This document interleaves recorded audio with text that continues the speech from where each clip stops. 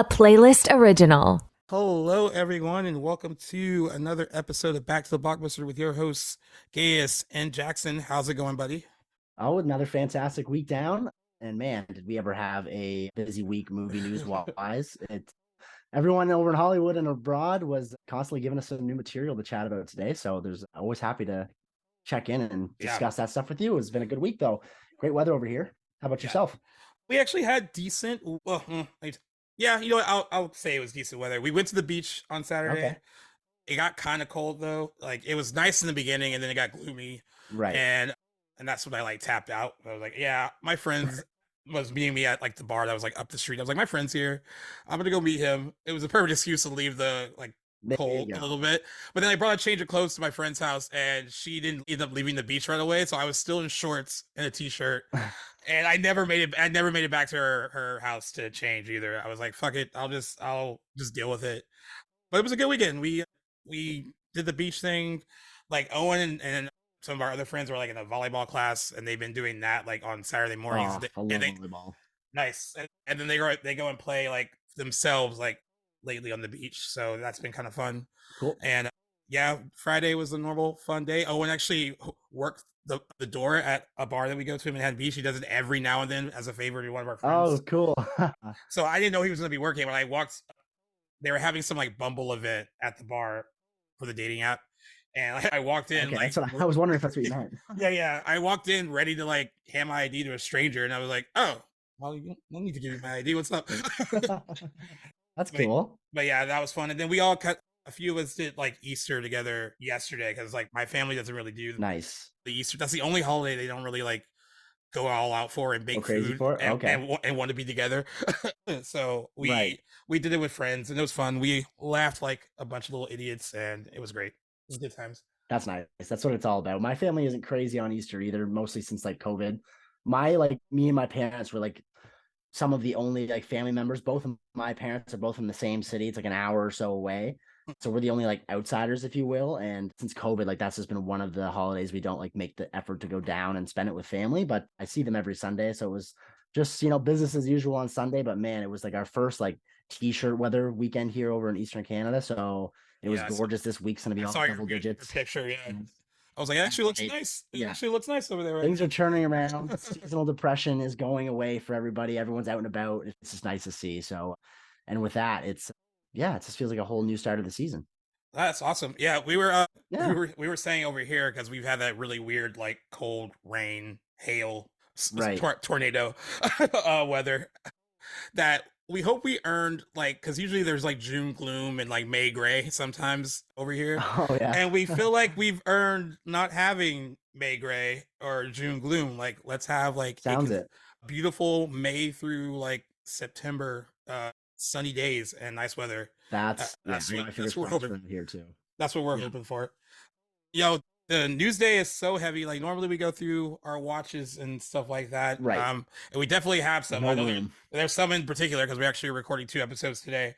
But there's a lot to cover. And normally we won't skip the watches, but we're gonna get right into it. I am gonna mention one thing really quick because we mentioned the Good Pod stuff last week. It's been really, really good on that platform again this week. Woke up this morning to us being number 1 again on the film reviews chart. We fell to number 2 briefly and went back to number 1.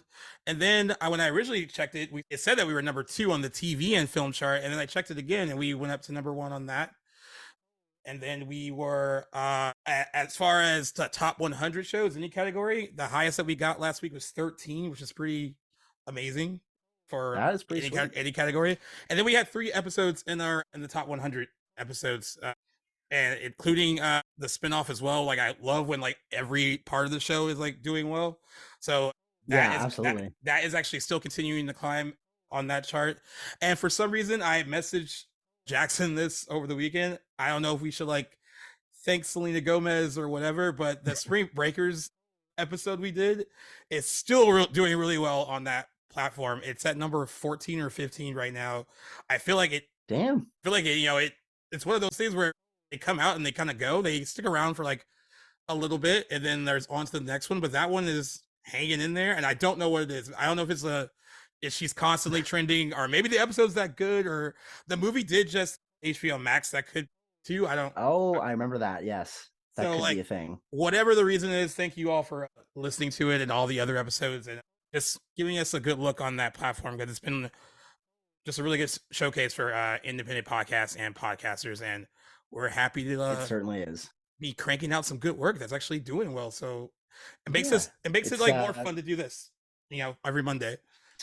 totally, and happy to do it regardless. But it's nice to see, that upward trajectory, and nice to see those numbers moving around for us over here at Right. the team. It's great to see, and of course, definitely some due thanks to Selena Gomez for her perhaps her variable and that episode doing well. It's awesome. So yeah, thanks for listening, guys, as always.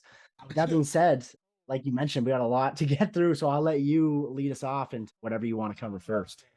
You know what? I'll get the Star Wars stuff out of the way since that was one of the last things that kind of happened on. I think it was Friday. There was a Star Wars celebration day in London, so a lot of this news hit fairly early in the morning. Like I woke up to it. So I'm gonna preface this by saying that like I love what they're doing with the TV shows. Still, I even with this news, it's still hard for me to get hyped up for Star Wars movies. Right. Okay. Looking back at it, so when I first saw The Force Awakens, I think it was because like the prequels, other than Revenge of the Sith, were so not that good that any little bit of like, oh, that was decent, made me think that The Force Awakens was like the best thing ever. It also played on like the whole nostalgia of like this is basically like A New Hope. We're kind of just like doing that beat for beat to kind of get back into the groove of things. So I still think it's entertaining and it's fun. The Last Jedi, I didn't love, and it's not because of Rian Johnson or any of his choices. It's just like it has pacing issues, and some characters get sidelined that I wasn't too happy about. Like characters like like John Boyega's character, like seemed like he'd be more important in The Force Awakens, and he gets sidelined in The Last Jedi, and very much sidelined in The Rise of Skywalker. And then with The Rise of Skywalker, it was the problem of like J.J. Abrams coming back and basically trying to fix what fans hated about The Last Jedi while also trying to please like every Star Wars fan in the process. And again, you get like a really muddled, really confused, not that good movie. So that shoehorned Palpatine, like there's a lot in that movie that just comes out of nowhere. God. Yeah. So it's not that good. So imagine my surprise. Part of the things on Star Wars Day is, and this is nothing against her because I think she's a pretty good actress and I actually don't mind the character. I just kind of thought that when they were gonna do more movies, that they were just gonna go fresh with all new characters, people we've never seen before. Right. But Daisy Ridley will be making a Star Wars return. It has been announced that the actress will reprise her role as Rey, coming Star Wars movie directed by Sharmeen Obaid-Chinoy. And this was revealed during Star Wars Celebration Day. Stephen Knight, creator of Peaky Blinders, wrote the script, and this was the project that David Lindelof was a part of, and then he left. And then also with that news is that Dave Filoni, who's part of the whole Mandalorian, like the TV side of things with Jon Favreau, and James Mangold will helm the other two new movies in the franchise, one of which will be centered on the Dawn of the Jedi and the other on the New Republic. I like the James Mangold news, I guess. I like him as director. Yep. He's also potentially attached to Swamp Thing. We talked about that like a while ago when that's right, the whole DC slate was announced. And I mean, we have to see what he does with Indiana Jones and the Dial of Destiny. Hopefully good things. But when I heard the news, this part of the news I was fine with. I was like, all right, at least a good creative team behind the scenes. That's cool. Is it the Daisy Ridley attachment that you're having? Yeah, I don't feel the like attachment to Rey where I need to see more of her like moving forward, I guess. And I know like other people might feel differently, but and it has nothing to do with Daisy Ridley. I think she's good. I think she's a good actress. Right. But there's just nothing about that character that makes me want to go like I want to see like where she goes after The Rise of Skywalker. I was kind of done with it there, I guess. I couldn't wait. The third one couldn't end soon enough, if you ask me. I couldn't wait to put that sequel series behind us. And a lot of people don't even consider it Star Wars canon. That's how contentious that series is. And I don't care enough about Star Wars to really like fall on one side or the other. I'll watch them again, but I didn't enjoy watching the last two in particular. If I know what you're saying, like I'm on your side with that 100%. Yeah. And it's interesting too because like I think for a lot of us growing up, some Star Wars news is very exciting, right? I mean, like it's just like, oh, like Yep. they're gonna, and then I guess it got to a point. I don't know if it's because, you know, I think it's a combination of two things. I think some of the projects just weren't that good, pointing to some of the movies. I still maintain this. I still think it's probably one of the most like toxic fandoms out there, so it makes it hard to like really enjoy. Because I feel like even when they get something good, they have something to say about it. It's just Yes. hard to have fun with it. And I think, you know, it's thriving on TV. I get the need to like, you know, like because someone on, I forgot who was on Twitter, was like, you know, it feels weird up until this announcement, like living in an age where we weren't getting like a new Star Wars movie in, you know, in theaters. But like there was a period where we didn't before. I mean, before the prequels, there was like a gap, and like between Yeah. Return of the Years. Jedi, between Return of the Jedi and the Phantom Menace, and you know, a little bit of a gap between Revenge of the Sith and Force Awakens. You know, I think fans definitely got spoiled because you know we were getting like Force Awakens and Rogue One and Last Jedi and Solo, if you want to count that Right. too.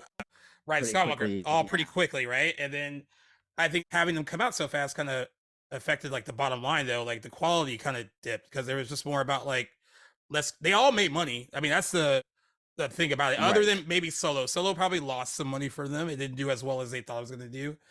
But all the rest of them, no matter how the quality might have like kind of depreciated a bit, like they've all been like huge earners at the box office. So I get the point from like a business side of things.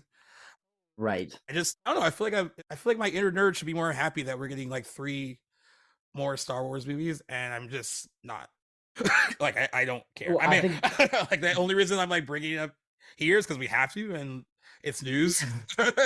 absolutely. And it's like big, cinematic news. Star Wars will, at least for the foreseen future, will be a huge IP that any development is going to, naturally just flow into the stuff that we sort of talk about. But like, I think that your and myself's kind of apathy towards this sort of news is like representative.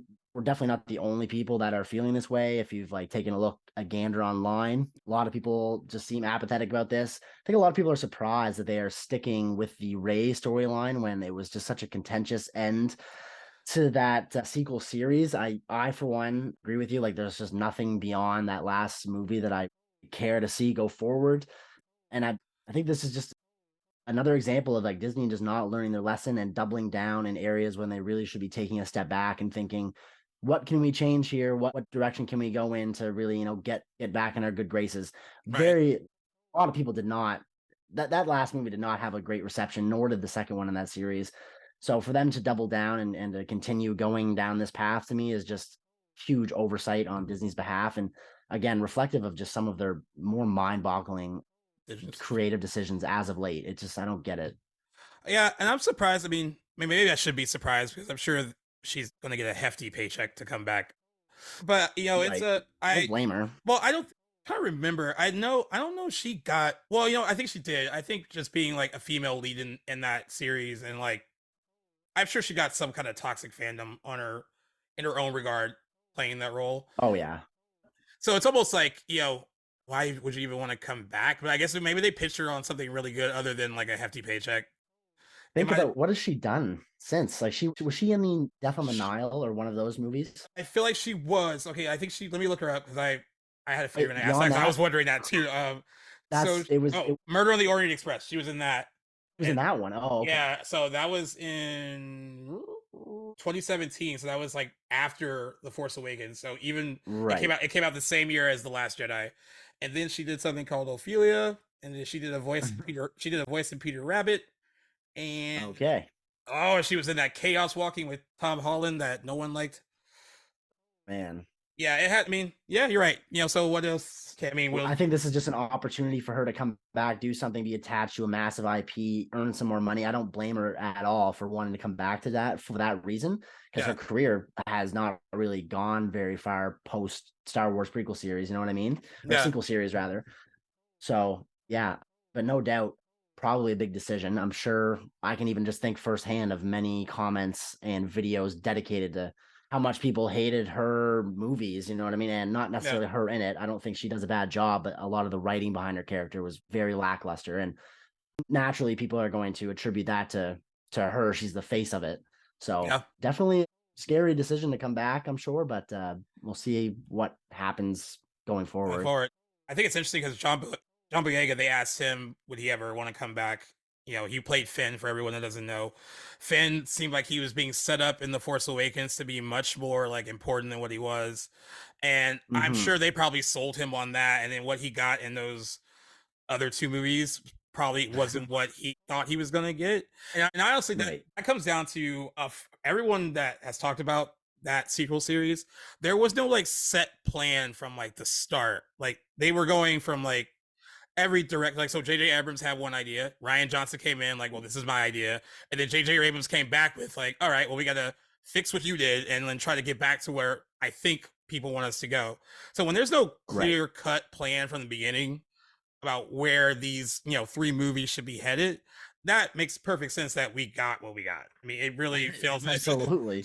So that not blow your mind? It's crazy. Sorry, finish your point. When you have like an IP like that, it's where you spent all that money for, and that's what I'm saying. Yeah, that is, you should, like, even if you have to be like a fucking child and take out a notebook and like, this is what we're doing for the rest of your the next 5 storyboard years. Should be the size of a wall. Like you should have this all figured out years in advance. Like not go one movie at a time. That is just so beyond lazy to me. And right, we got what clearly was given into those movies. Like it makes total sense with what we got.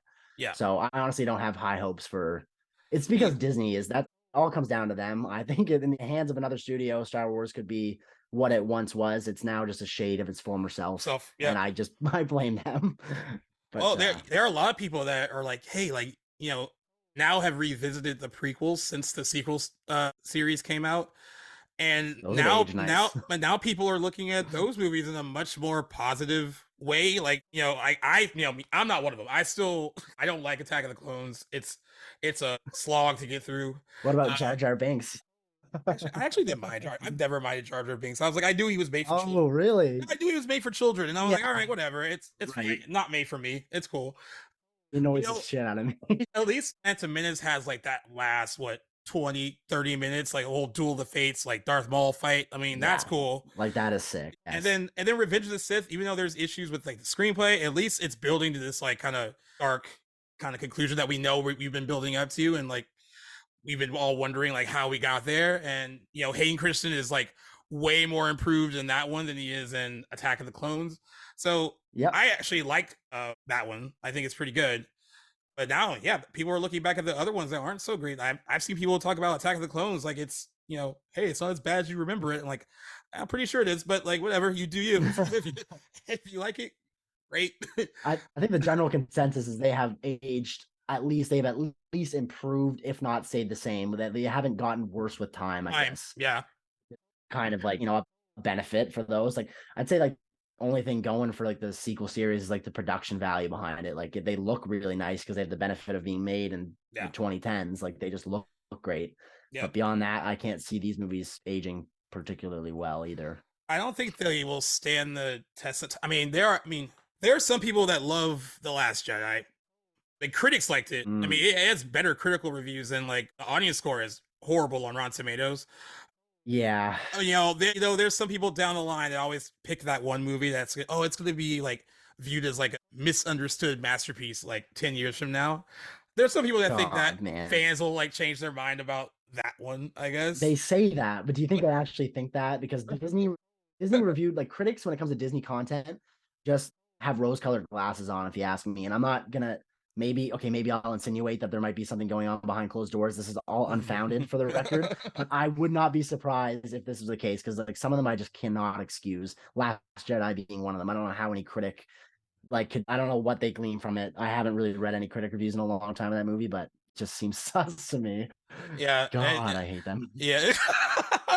God, I hate them. Yeah, it's not good. Sorry. It's better than The Rise of Skywalker. And I don't know if that's true. Is that faint praise? But it's better than that one. Yeah, I guess. Sure. Not much, but something. Well, you know what? Congratulations, Daisy Ridley. Job's a job. Sure. I'm sure you're going to get paid a hefty amount to come back. I don't know if it's just for one movie or for all three. I mean, I can tell from like how they announced it. Could be all three. Not sure. I wonder if maybe, because we got, they usually do some big Star Wars announcements like around the early May, Oh, right, for May yeah, the 4th. May the 4th be with you. We'll Yeah. see some more. Yeah, hopefully. Which Yeah. surprises me that this wasn't all announced then. It's only a few weeks away. Why not save all that development? I don't know. That's true. I mean, Interesting decision. I think they wanted to see like, will this generate any hype? It kind of did. I mean, not in maybe not in the way they were thinking it would. I mean, I think I think a lot of people were like scratching their heads, like, what? Right. Like, Yeah, but it's publicity. Yeah, I still stand by this. I was all for them just going with characters that we've never heard of, make up new people. Even her, I didn't really. I mean, we know her already. We've spent 3 movies with her. That makes me feel like they're too afraid to like completely do away with like any connective tissue to like string them together. And yeah, and even if she's not like a Luke Skywalker, but like she is connective tissue from 3 other movies that we've already, we've already met her, we've already been established with her. She's familiar to like an audience that has seen those movies.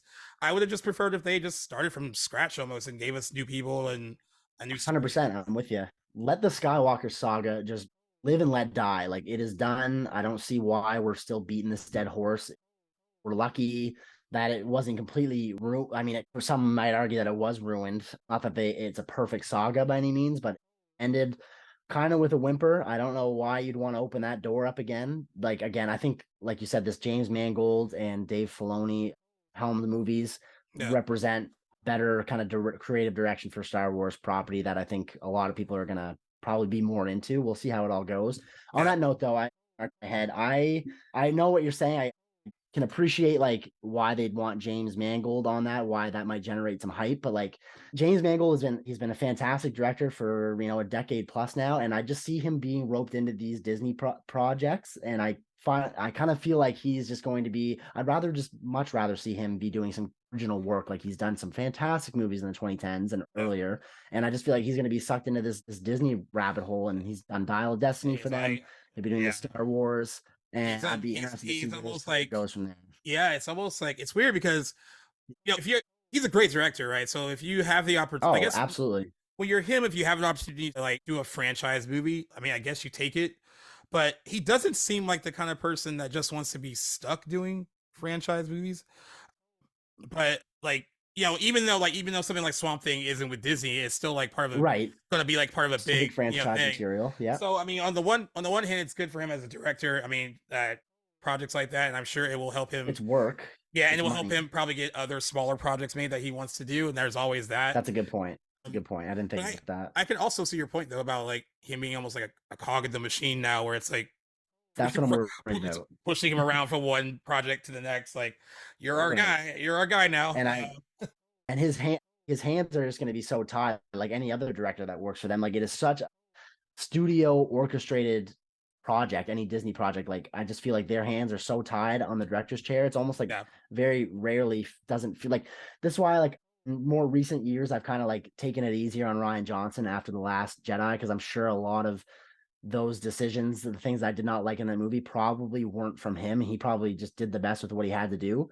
But again, James Mangold, capable of making some amazing movies. I just would rather see him be doing some original work or like adapting stuff, not helmed or stuck in these huge IPs run by Disney. Just a side rant I wanted to get out there. That's perfectly fine. Also with Rian Johnson, I mean, I wasn't as mad at him as Star Wars fans. I really don't think he was the issue with. I mean, a lot like I think like 99.9% people disagree with me. I don't think he was the issue there. But if I had any ill will towards Last Jedi, I was all forgiven with him by the time I saw Knives Out. So I was like, whatever, man. Like, you Great redemption. Can't win them all. Oh, I wanted to say this because you said that this franchise, the whole franchise it has issues, even if you go back to the old ones. But I have a friend, I won't say the friend's name because he'll get mad in case he gets like attacked by nerds. He's been like, dude, the only really, really, really, really good one is The Empire Strikes Back. The rest of them are like kind of like they all have issues, except for The Empire Strikes Back, which is like near perfect storytelling. He's like everything about that movie. It's perfect. But if you look at like Return of the Jedi, it takes some of those elements from like The Empire Strikes Back that work, and that's fine. But then they fuck it up and throw in the Ewoks, and like there's all this other stuff that doesn't really work either. And then he said the same thing about A New Hope, which I've never heard anyone say that movie is like that movie's got issues, but he thinks that there are some in the movie. I'll say his name next week, and I'll bring it up to him. Just say it. I'll ask him if he wants me to like say who it is. Like the only thing I agree with him on is I think The Empire Strikes Back is the best one. I can actually watch that one on its own without watching the rest of them. I think it's like it's a perfect movie for me. I think it's one of my favorite best sequels of all time, without a doubt. Can't argue against that. But I've never looked at A New Hope and been like, oh, that part's flawed. I know Return of the Jedi has issues. Like still think it's good enough conclusion of that story that it works. And I mean, you know what? Coming off Empire Strikes Back, it's hard to like, a little hard. It's hard to live up to. It's hard to top. Yeah. They did that best they could. On the note of the Return of the Jedi, have you ever seen that video of David Lynch describing how he was approached by George Lucas to direct that movie? Yeah. That is so funny to me. Oh my god! If you haven't seen that video, guys, well, if you guys are familiar with David Lynch, look up David Lynch talking about the opportunity to direct Return of the Jedi, because it is so funny. Yeah, really definitely not his property. Yeah. Oh yeah. All right. What we got next? What do you got? Throw at me. As far as I want to throw something at you too, just a little bit of news that we didn't talk about off camera, and I'm sure wouldn't be surprised if you'd heard this now. What I'm going to do is I'm going to pitch you two things, and I want you to give a thumbs up and a thumbs down to one, even if you're okay with both. All right, got it. But we got technically three directors. One is a duo, so two directors with some upcoming projects. They've both recently announced their intentions to work with a certain actress. One of which being Quentin Tarantino, I guess for his next movie, The Film Critic, he wants to work with Kate Blanchett or Blanchett? I say both. I don't know. I say both depending on how fancy I was.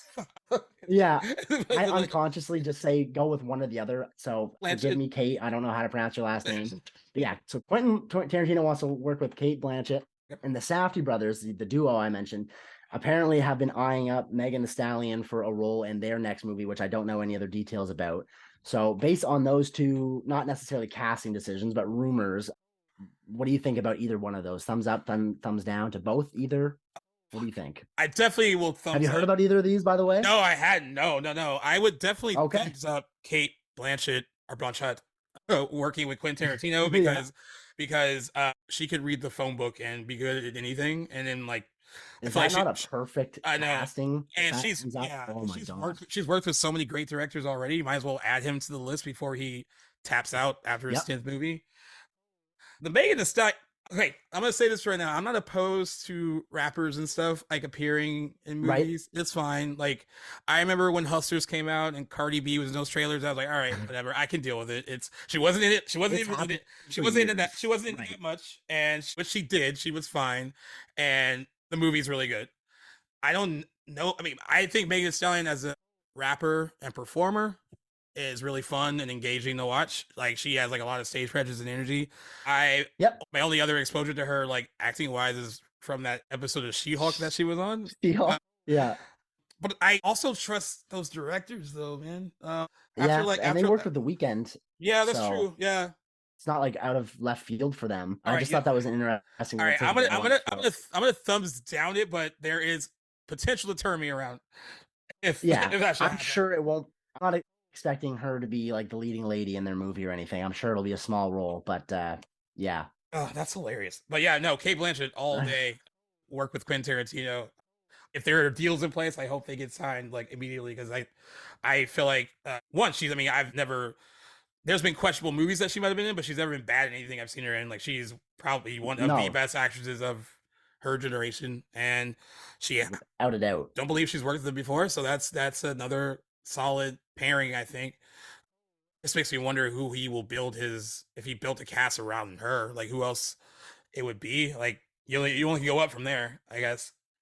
So it would be I definitely thumbs up that. I just want to hear more about what he's doing, but by all means take your time. It's your last movie as a director, so take your time. I will be ears glued to the news with everything that develops. Whoever gets attached to that next movie, I'm here for all of it. I will definitely be giddy with whatever happens. I'm just really excited to see that movie be built from the ground up, and I think Kate B would be a fantastic character or person to build that movie around. Yeah, exactly. So very much excited for that. Okay, I would be down for that. Yeah. All right. I'm gonna hold my surprise one off for a second. I'm gonna throw throw in some Harry Potter news, which I thought was intriguing. When I said that the Harry Potter news was intriguing, I was immediately told it was not intriguing. It was a bad idea. So all right, whatever. There's potential here, I think, but I can also see why people are upset about it. I also don't know where I fall on this. I know what you're getting to, but let's hear it. All right. So Harry Potter TV series is reportedly in the works at HBO Max, with each book potentially getting a full season. They said reportedly each book would be covered one season at a time, and these are just talks at the moment, and no official deal has been made as of yet. There have also been talks of a TV adaptation for a bit, but it's a lucrative IP that Warner Brothers wants to keep alive. That's why they want to continue to do this.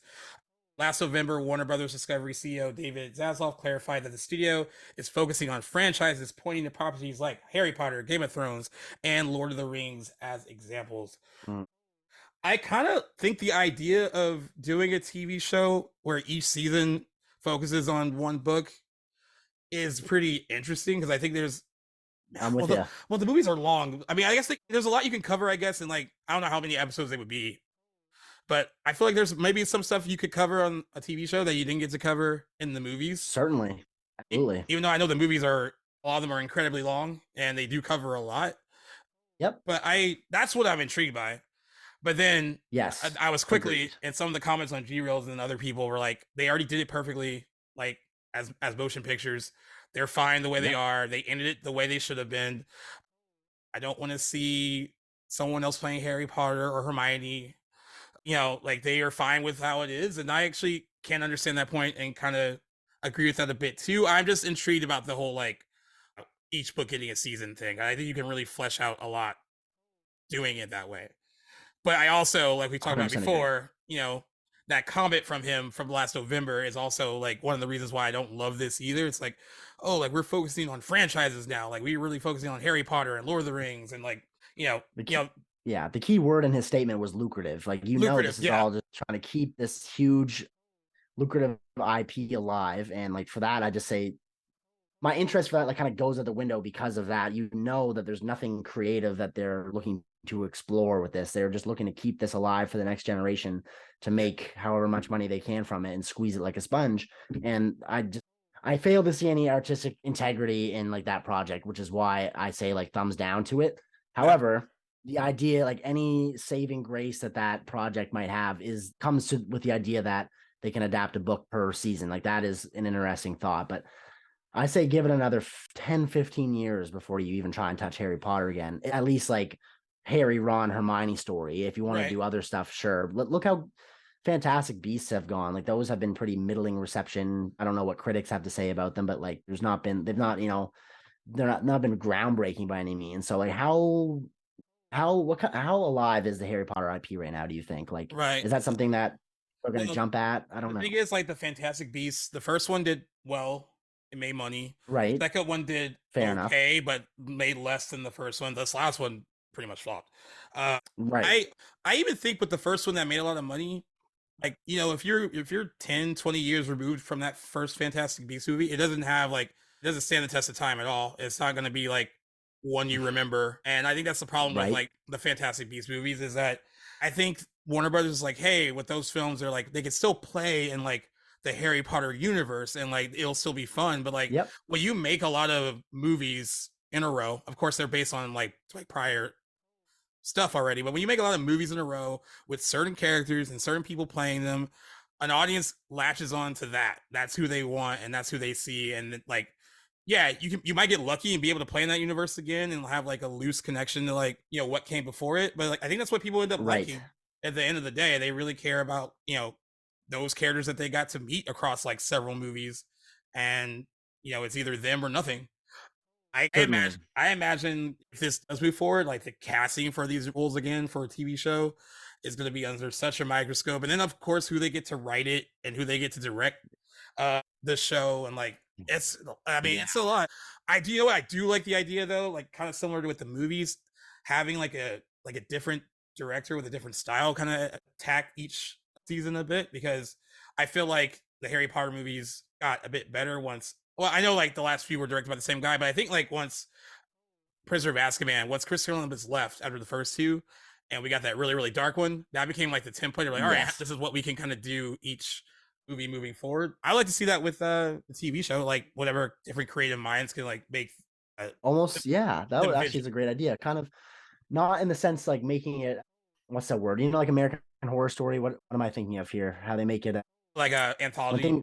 Anthology, not exactly like that, but having a different director do each season and put their own spin on it. I think that would be a really neat idea. That's a great that could be something. Will they do that? Not gonna hold my breath.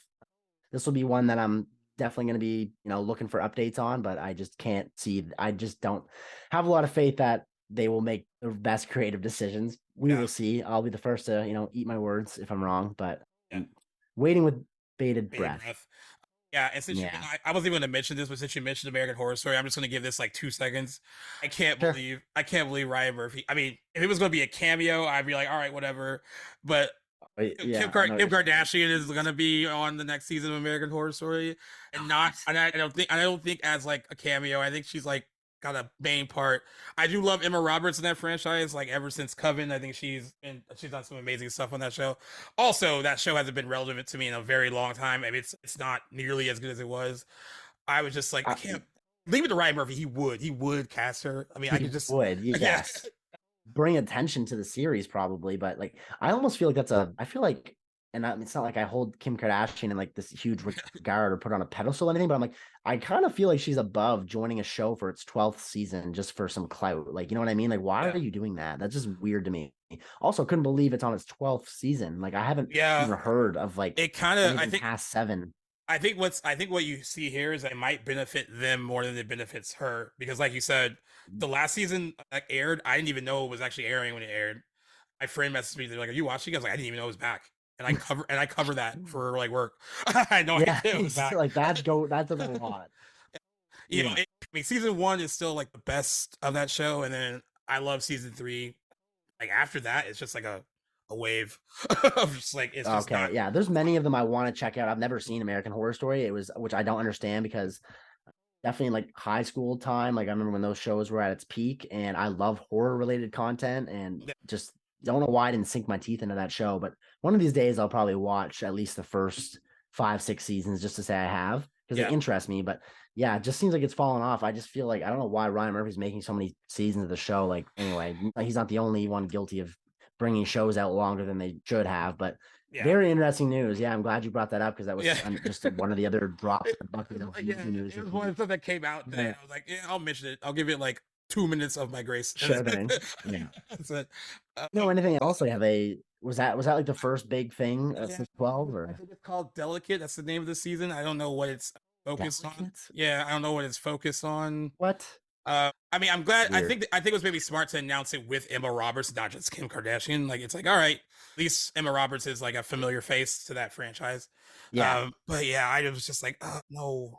But it's such a Ryan Murphy thing to do, though, because he likes celebrities. So, like, he's a talented dude. He's a really talented dude, but he really does like celebrities. I mean, like, he brought. I hate to say this now because Lady Gaga is a great actress now, but he brought Lady Gaga onto that show before we. That's a great point. She was a proven thing yet, and I think that was more about Lady Gaga here than like Lady Gaga the actress. You know, was that not kind of like a catalyst for her acting career? Had she done much before her appearance on that show? Well, apparently she had always wanted to be one. That was like even before getting into music, but then music kind of took over.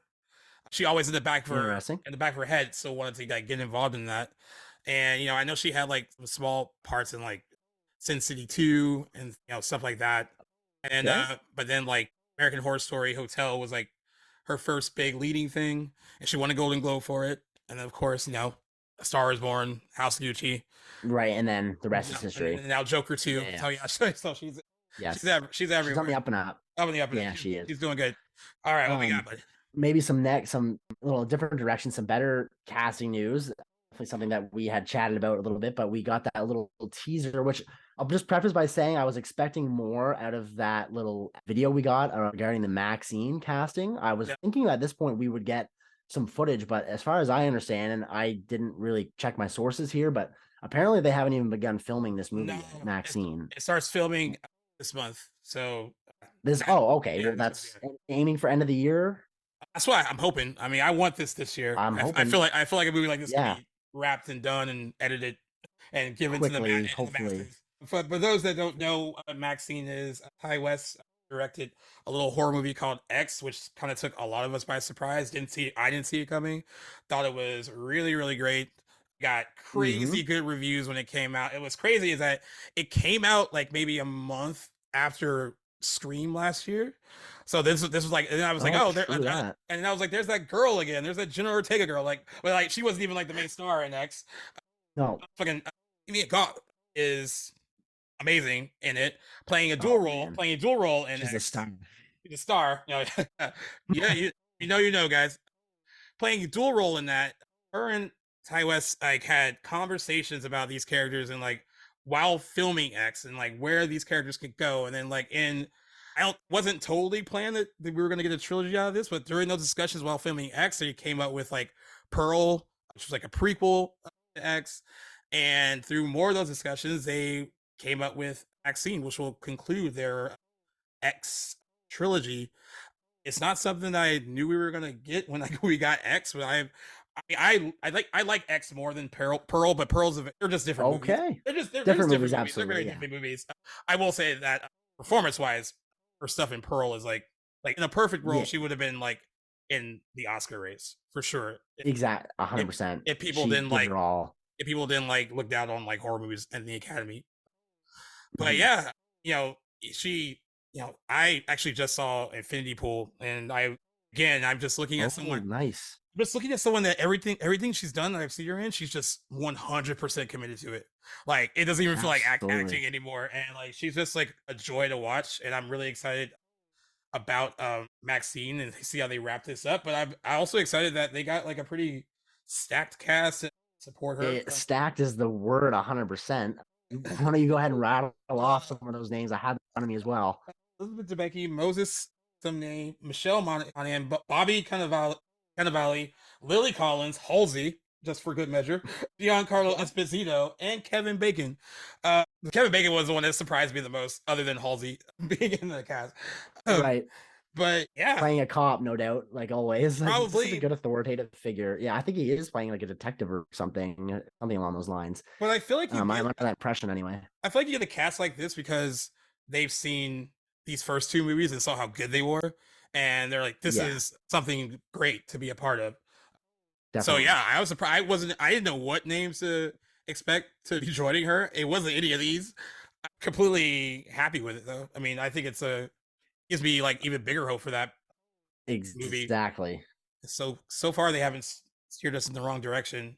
No, it's been a great lovely little duo and soon to be trilogy. And just such a spontaneous project. I don't feel like we've really like seen anything like this before, at least not any time recently that I can think of, where just two visionaries are chatting about where a character can go, and suddenly they realize they have so much more room to develop, and next thing you know, we get 3 movies, 2 of which coming out in the same year. I thought at least at one point Maxine was slated to come out the same year, and he was going to try and get all 3 out. That's what it seemed like. It seemed that way when they announced it, but take your time. Fine with them taking their time and making it right. I'm sure the pressure is high after Pearl, because Pearl was fantastic as well. Yeah, and like one more than the other, regardless, I'm sure most people can agree that both movies are fantastic. I mean, you got Goth in particular is transformative. She's awesome. Yeah, very much looking forward to where Maxine is going. Can't wait. This movie can't come soon enough, if you ask me. So yeah, very excited about that casting news. I've been so tempted to deep dive X, but I don't know if it's like a good one, because like Owen doesn't love horror. I mean, he likes some of them, but I don't know if if that's like standard enough one where it's like, oh, that could show that. I don't think Pearl would work as much. Oh no, to the uninitiated. Fair enough. X is like pretty like cookie cutter but not in a bad way. You know what I mean? Like it's pretty like, it's got like like can enjoy it. It's got like Texas Chainsaw Massacre vibes. Like it's like almost like a throwback to that a bit. So, but I've been thinking some comedy in it. Yeah, because I've been thinking about everyone's asked me like, when you're gonna deep dive a horror film, like you love horror movies, and I haven't picked one yet. I'm trying to like. Really? Okay. Almost stay away from it because like everyone expects me to do it. Right. But I also don't know which one. That is an opportunity for you. I know. Put him on some good horrors that he's missing out on, because just what an awesome genre. I should. But yeah. Now I'm being all like, oh, what if I pick the wrong one? Oh my god, there is no wrong one, right? It's what you like, and that's true. But that could be something to reflect on, definitely. No, for sure. Moving it back over to you. We got lots of other stuff to cover, but what did you want to talk about next? All right, I'm gonna throw you the one we haven't discussed yet, really quick, because it came up last Okay. night, and I want to know your opinion on it. So the Los Angeles Times last night, after Succession was over, it was. I won't say what happened. It was a big episode last night. Okay. I have this, but Yeah, no spoilers. it was a big. Yeah, no spoilers, but the Los Angeles Times they didn't hear about that. Oh, So a lot of things with like trades, whenever a show airs or they see it early, like East Coast time gets it, of course, earlier than us on the West Coast, whatever. They write about it right right. away. And there's a way to write about it without giving it away in your headline or giving it away like your opening paragraph. The Of Los Angeles course. Times gave away what happened. Almost like if you got like an email alert and you were subscribed to them, that Yes. would pop up on your phone and you would have saw it. So created this big discussion on like Twitter amongst people that do press and stuff. Like, how long do you think trades? Because they're trying to jump on this stuff so they can like get the clicks for like people checking in on like, oh, what did happen? The people that maybe don't care as much or are just casually curious. How long should a Right. trade publication wait before they post something that's spoiler heavy? And like how? Because I even thought some of the trades that posted about the episode that didn't really give out spoiler. Maybe I'm reading Right. this. I didn't read any spoilers, and I heard about this episode and its twists or whatever. Yeah. So props to those people. So like looking into, if I ran to a story too much and I saw like an image from the story, I'd be like, oh, something must have happened involving this person, and I would just jump to that conclusion, right? Yes. Some of these trades, it was within like 15, 20 minutes after the episode aired that they had something written out and already sent to the masses and everyone's reading it. Right. I know there's like this whole you have to get on it quick before everyone else, but should Right. there be like a grace period there where they don't write about it? Yeah. This is the first I didn't woke up to news that was episode 3 or 4 Yeah. of Succession. Yeah. So I woke up to this news that something huge happened in the episode. There was a twist of some nature. It was all the rage overnight. Luckily, didn't have anything spoil. I also, just because I haven't started watching Succession yet, didn't bother reading into it for fear that I would spoil it. But here's my thing, just hearing about it now for the first time. Like, so for the LA Times, I can't blame them for any media outlet for pumping out coverage about something that obviously is going to get them clicks. That's the nature of what they do. They want people to read their material. As annoying as it is, and as like, as bad of an impact as it has on viewers and on the industry, that is what it's all about. Right. So I don't blame them for that.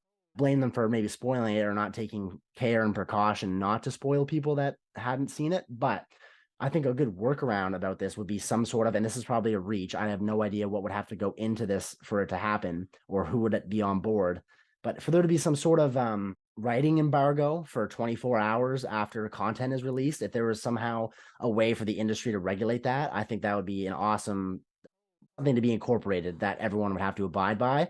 I think that would be a cool workaround. I would vote to have that be a thing, and I think that could maybe avoid stuff like this happening in the future.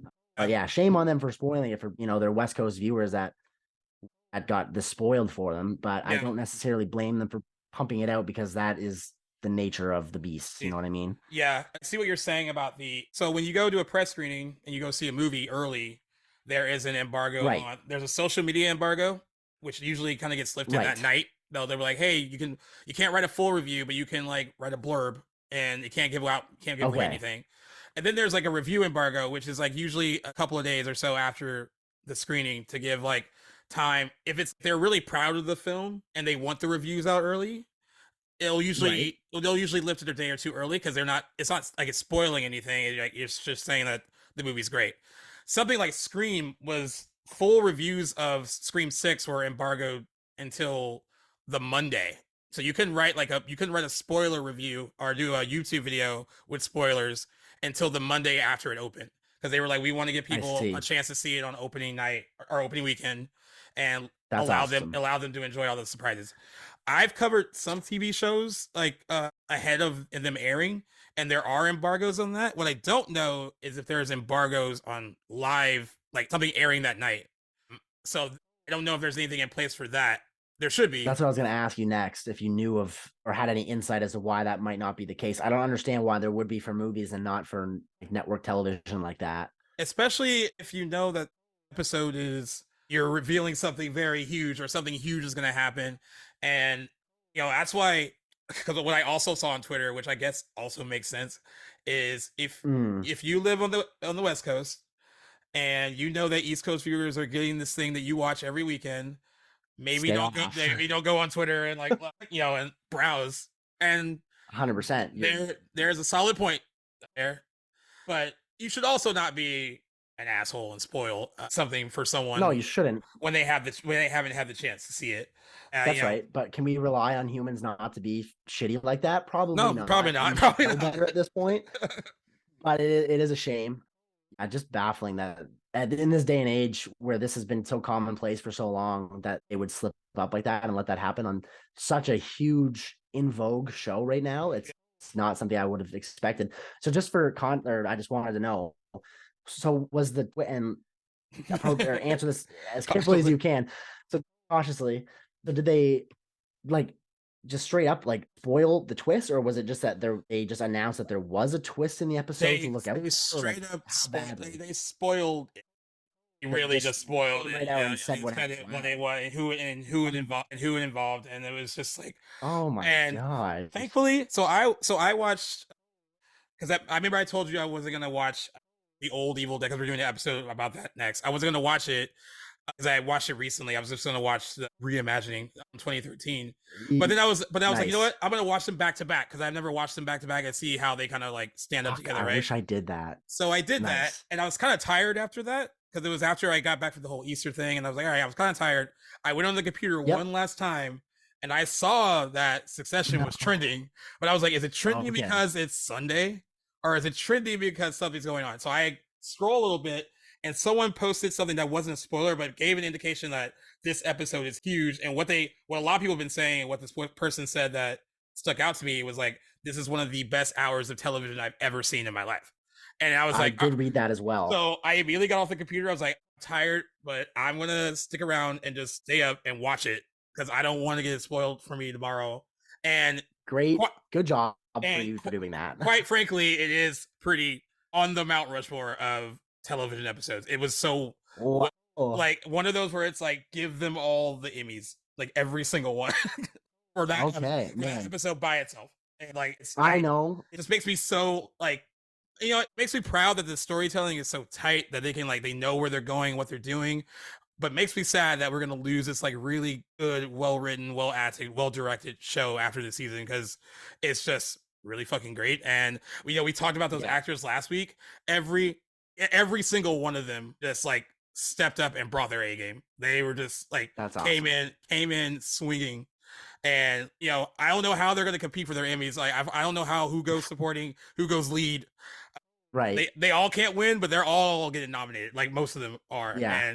And easy best drama series win for this too by far. Nice. That's awesome. They can all feel good knowing that they are a part of, will obviously go down as one of the greatest shows of all time. I know future Jackson is going to be looking at present Jackson and like punching him for not getting in on the show while it was hot. Because I didn't know, I knew it was going to be a show that I'm going to check out soon, probably even more so now. Like I'm ripping through Better Call Saul. I got The Wire to get through, but I think Succession is going to be probably that next one I get to. I didn't know until very recently that season 4 would be the last one. So I thought I had some time, but definitely wish I had been in on this trend while it was hot because it sounds like it's just incredible show. So but, I almost wasn't. So I started watching right before season 3 started. So I didn't watch it when season 1 started. I didn't start when okay, well, but I'm still hearing from all these people like, dude, it's so good. Like it's like right up your alley. Like the writing's like really, really good. The characters are like wonderfully kind of flawed and like a little bit of assholes, but like there's still things that like they're so well drawn out that like why they are kind of pricks, but you still kind of care about them a little bit in their own kind of like twisted ways. And when I started watching it, I was like, oh yeah, I totally get like why this is so popular. And I totally get why people don't want it to go away. I mean, I also understand from a creative standpoint why it has to be done. Like, I mean, I hope the guy who created this like gives us more great content, like fresh new content along the way. There you go. Like, man, God, I love when something can live up to the hype, and that episode was fire. I'm just so glad that I stayed up because I was like, I'm gonna have it ruined for me somehow if I'm like, especially when I have to like check Twitter and social media for work. I'm like, I can't like, I gotta be careful. You're not gonna avoid it. Yeah. But when I saw that Los Angeles Times did that, you know what? You know who else does that a lot is Variety. I talked about that with movies. Variety is spoiled like a lot of stuff they're not supposed to spoil, even though there's an embargo on things, and they still get invited to stuff. I guess it is. I guess it is what it is. But finish them. Like, don't ruin it for the rest of us. Just because we live on the West Coast. For the name of, for the sake of clicks, it's just annoying. Exactly. How long are the seasons for Succession? How many episodes do they run? I think this one's gonna be 8. I just want to double check and make sure. Okay. It's pretty like tight storytelling. Nice, like that. Let me double check. Yeah, all right, yeah, season 1. Season 1 had 10. Oh yeah, 10. So season 1 had 10. Yeah, so 10. Yeah. Season 3 had 9. 10, and then this one has 8. Oh, okay. Yeah. No, actually, this one have 10. This will have 10 too. So okay, so we still got a long ways to go. We have Succession with us until May 28th. That'll be the series finale of Succession. So nice. Soak it all in, guys. Enjoy it. Well, alas, but yeah, that's so few properties know when to call it quits, and even if I think this consensus, at least from what I've heard, is that people could have ridden this show with another season or 2. So it's kind of feels like it's getting cut out early. I think a lot of the actors themselves were surprised at that table read when they were told that it was going to be the last season. But props to the creators and the showrunners for acknowledging that, end on a high while the show is hot. Yeah. So many shows just run into obscurity and stay way longer than they're welcome. Like Walking Dead is a famous example. Really just decline in the last few seasons. So I can appreciate that show for calling it quits at the right time. So yeah, definitely gonna check that one out soon. Yeah, you should. I mean, you'll check that out, and I'll check out Breaking Bad. I got a lot of shit for that too. Dude, I know. God, it just came back to me. Like, not even just on Instagram, like my friends in person, they were like, "Oh yeah, I forgot you haven't watched that." I was like, "I know." Yeah. Oh, it stings. They were like, "Good." I was actually thinking about you when I was watching Better Call Saul, because where it's a prequel series. I'm like, I wonder what the experience would be like to watch Better Call Saul first and then Breaking Bad, because it's up. That would be super neat. But I don't know. Just watch it as soon as you can, man. So like, I feel like I will jump on that pretty soon. The summer is actually a good time for me to watch something like that because, like, I mean, works a little bit more loose during the summer, and then like I don't have, I like to catch up on things a little bit during that time, so maybe I'll do it then. Okay. And my brother got through both of those so quick, so I'm assuming that it won't be that hard to do it. Is the definition of binge worthy. So I'm sure it won't take you long to get through them. Well, I'll be on it. All right, what we got on us next?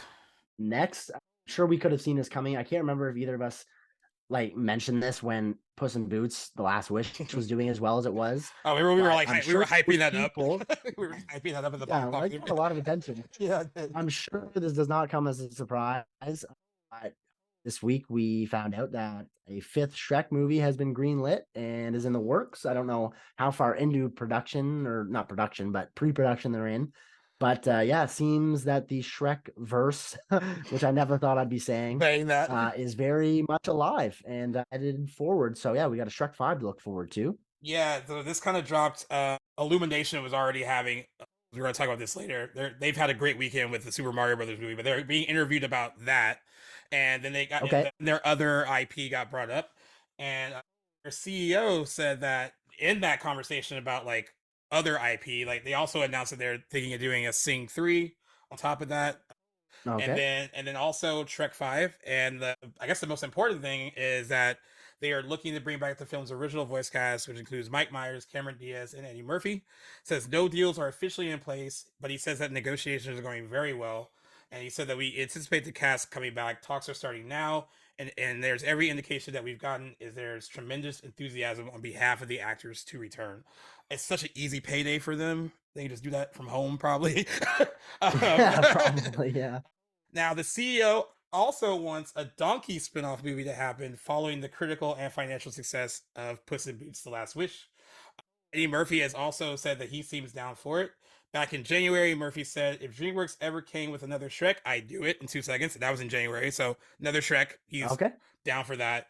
He also says, He also says, "I love Donkey. They did Puss in Boots movies. I was like, they should have done a Donkey movie. Donkey is funnier than Puss in Boots. I mean, I love Puss in Boots, but he ain't funny as a donkey." So there you go. Eddie Murphy is down for a donkey spinoff. Okay. That's not like a serious one, but the CEO said that is an option. He can see that being a future project. You know what? Okay. I'll be real with you. I don't remember the last two Shrek movies. I vividly remember Shrek 1 and Shrek 2. I think there's four. There are four. I don't remember 4 or 3. I don't, yeah, there must be math. I don't remember 3 and 4 at all.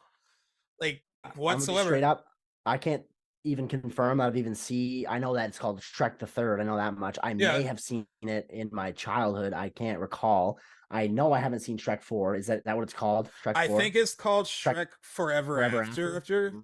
Right. Like you get whoever's listening can tell that we don't really watch a lot of animated kids films apparently. I got a lot of love for the first Shrek. That movie's a fucking classic. I'll probably watch it again soon. Yeah, I saw that opening night theaters with my friends when that came out. That was hilarious. Nice. It was one of those like animated movies that you could tell was also made for like an older audience too, because they weren't all like kid Definitely. jokes. Well, I can appreciate that. And I even thought the second one held up pretty well. So we saw that on opening night too. That's when I was still willing to go see animated movies. Shrek 2, but I know I saw it. Yeah. But the third and fourth one, I was just like, I don't even remember what happened. And you know what? I don't even know if I could dare to revisit it. That's what I'm saying. I have so even the box office supremacy of Puss in Boots: The Last Wish has not been enough to rekindle this desire to go watch the Shrek movies. And that critical reception too. It got really good reviews. And I'm still like, too, yeah. So like, wasn't like, people ate that shit right up. Yeah. But I definitely will, give love where it's due to the first Shrek. That's a movie that I would have no problem. It's been a long time. I'm very bad for visiting like animated classics. There's tons that I'm due for a rewatch of that it'll be like watching for the first time. Yeah. Shrek would be one of those, but it's one that I feel very fond of. Yeah, it holds up well. And it's one of those first instances where those kind of movies kind of held up against like what Pixar was doing at the time, where DreamWorks had like Shrek and it's like, all right, this is actually just as good as some of Disney's Pixar stuff.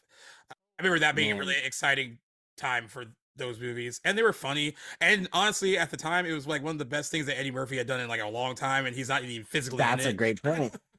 But it's some great fucking voice work from him, and that he's just hilarious as that character. Yeah, definitely. I think in hindsight, that era will be like animated golden age or silver age or whatever you want to call it. Just they haven't been made like that in so long. When DreamWorks and Pixar were at the top of their game in that 10-12 year period. And that was just such a great time. And like for my generation in particular, it was just awesome. Like we were eating all that stuff up. I was very young when most of those were coming out. It just didn't get better. That was the pinnacle of animated movies. Yeah, I agree. And it's interesting now. We are still getting, at least from what I can see from like reviews and stuff, we are getting good animated movies still. But I think with the combination of like COVID and just changing, I think children's interest just changed too, like the kind of stuff they want to go see. I mean, the Super Mario Brothers movie is like, that appeals to like a younger generation. It appeals to like an older generation who grew up playing the games. I can see why that did. Yes. I mean, I didn't know it was going to do this well, but I can see why it was successful. But yeah, I think now with Pixar and DreamWorks, and throw them in there too, they have to be like really good about what they put out there, because I don't think like everyone's just kind of like eating up. I think there was a period. I think there was a period with Pixar where they were like, they could just throw something out there and be like, oh, we'll go see it because it's Pixar. Exactly. I don't think that happens that much anymore. Now it's like, oh, you need to give me a little bit more than just your company name on the screen. Yeah. So I'm not totally against Shrek 5. I'm just not. It's one of those. It was one of those news items that is like, all right, it makes sense because that's what everyone's doing now. They're latching onto their IP that made them money. It has been a while, I think, since the last one. So there's that. I would guess like early 2010s or like late 2000s, if I were to guess. Let's see. Shrek Forever After came out in 2010. Yeah. So it's been a bit. Okay. So, I mean, there's enough time in between to do it. And I think like this, like you said, the reception for Puss in Boots: The Last Wish probably was even more incentive for them to move forward with it. Yeah. Yeah. So not surprised. Not surprised at all. Yeah. Speaking of Mario Bros, though, unless there's anything else that I'm not thinking of, I didn't have anything else at the top of my head news-wise to throw out there. Is there anything else that you wanted to get before we chat box office? It's just a couple trailers. Yes, of course. What am I talking about? No, it's okay. A few, actually. A few. I'll go with. I'm going to go with this one first. I'm going to go with the Barbie trailer. It came out with the second teaser trailer. Yes, good start. Still can't quite tell what it out, but like I think we're getting And I like that. I like that too, but I think we are getting a better sense of like the tone and humor though from the teaser Mm-hmm. trailer, because I'm pleasantly surprised. maybe I'm just a small child, or like I have a childlike humor, but I was dying laughing at the whole like beat you off thing towards the end of the trailer, and I was like, that's funny. Yeah, I was like, this is what I they're gonna was do. kind of shocked that that is like how on the nose they're going with the humor, like how adult, because Yeah, clearly I don't know that I don't know, what a preteen or teenager or kid like that's gonna be seeing this, if they're even allowed to, is gonna like glean from that sort of humor. yeah, But like I remember when that scene happened, I was like, damn, okay, they are definitely going at yeah. least PG-14A kind of sense of humor with this movie. Beyond that, even like the non like sexually explicit jokes, like Ryan Gosling had me cracking up in that trailer, Yeah. and that whole roller scene, like line, I literally go nowhere without them. And that had me laughing. It was very much a trailer that was, and I'm glad they didn't. It was tight. It was like 2 minutes, which isn't that tight, but tight compared to other trailers these days. It was very much showcasing the production of that movie, which looks amazing. I mean, it looks like looks fucking incredible. The world they're creating for it looks pretty amazing. Yeah. Yeah, definitely like Oscar contender production design, if you ask me. So much color in that movie. Like the props, the outfits all look fantastic. I just didn't think I was gonna be this excited for a Barbie movie. Like, who would have thought this? You told me this 2 years ago, I'd have been like, what the hell? What the hell is But this? yeah, I am very excited for this movie. I'm excited for it too. And you know what? The cast is so stacked that they had to like really just blow it out on this on the black screen, and you just have to like read across to see who's in it. Yeah, a lot of people. I caught like 2 names. Yeah, a lot of people in it. Yeah, Simu Liu looks like he's gonna be really funny in it. Funnier than I probably realized. Again, Ryan Gosling. Yeah, Ryan Gosling's hilarious so far in it. I even think drive hair. Yeah, right. Margot Robbie seems like she's got the humor down as well. Like, just looks like it's going to be really fun. There were some. I think that most people's reaction to it was positive. I saw some that thought the trailer was cringeworthy, and like, I think they're just kind of missing the point. It looks fun. I mean, I don't know what else you could glean from it. It's just like a fun movie. Fun is the exact word. I'm gonna throw two. Well, no, this one might be a good one to throw at you, but I'll do it anyway. Because I already know what you're going to say, because they come out the same weekend. Oh, my fuck. Yes, you don't even have to. What am I going to be seeing first? Oppenheimer. But I will at least say that I would go right out of Oppenheimer right into Barbie. That way. All right. Yeah, I wouldn't put that past me. But yes, I will be seeing Oppenheimer first. Don't get me wrong. As excited as I am for Barbie, nothing comes before Nolan. So. I honestly don't know. Honestly don't know. Oh, really? I don't know. I mean, I'll see them both that weekend. I just don't know which one definitely gets seen first. And the second one actually took from like TMZ. Someone asked in the office on the show, will guys go out to see this movie, or will they use like a friend who's a girl or a girlfriend or their wife as the excuse to be like, oh yeah, let's go check that out? Interesting question. I think that Margot Robbie is enough of a selling point for like male audiences these days. She's proven that with since her role in Wolf of Wall Street, that people have been infatuated, guys in particular have been infatuated with her. They'll go see her in anything, I feel. Agreed. Other than maybe her more like indie projects like I, Tonya. I don't know how like mainstream that movie was, but you know what? I'm sure there will be a portion of like the male audience that would be too what I'm looking for, insecure to like to outwardly go admit they're gonna go watch the Barbie movie. I for one don't give a shit, because it just looks like it's gonna be a fun, good movie. Like I'm gonna go see. I'd go see it alone if I had nobody to go watch with me. Right. But this is a great question. I guess time will tell. Do you think is there a place that's gonna break down the analytics of the audience like that? So usually Headline get all their stuff from like different box office sites, but like they'll be able to tell you after the weekend's over what percentage skewed female, what percentage skewed male, and then the age range and all that stuff too. Yeah. So that'll be. I can't wait for that. I'm sure it's gonna be heavily like female, but like sure. I thought about this too. I saw Legally Blonde in theaters with my friends, and that wasn't a big deal. And it has like that same. That's a girl movie, I guess. If I was going to the movie theater when Clueless came out in '95, I probably would have seen that. I love that movie. It's funny. It's hilarious. A lot of the teen movies that came out when I was in high school were probably considered chick flicks more than they were for guys, but like I think we all saw them anyway. We all saw we all saw She's All That and 10 Things I Hate About You and Varsity Blues and Can't Hardly Wait. I mean, but they were Fair enough. But they were geared. I think they were geared more towards girls. And then like we had to like, we were forced to go see it, but then we were like, oh, we loved it. Exactly. It's funny because like looking at it objectively, I can see why people would feel that Barbie is centered towards the female audience. For one, these two trailers, and maybe I am just biased because of how much I, am ingrained in development of this movie and like just movies in general. I just don't feel like I've gotten that vibe that this movie has been targeted towards females in particular. I think also Ryan Gosling is huge amongst males right now from all certain age groups. He's exactly. So I don't know what I'm really expecting like audience wise, but can't wait for it though. I still think it's gonna make some money. That's all I know. Yeah. Those movies will be taking money from each other though. Imagine. I wouldn't want to be competing with Chris Nolan, but those box office predictions are gonna be so fun that weekend. Like, oh, which one's gonna do better than the other? Certainly will be.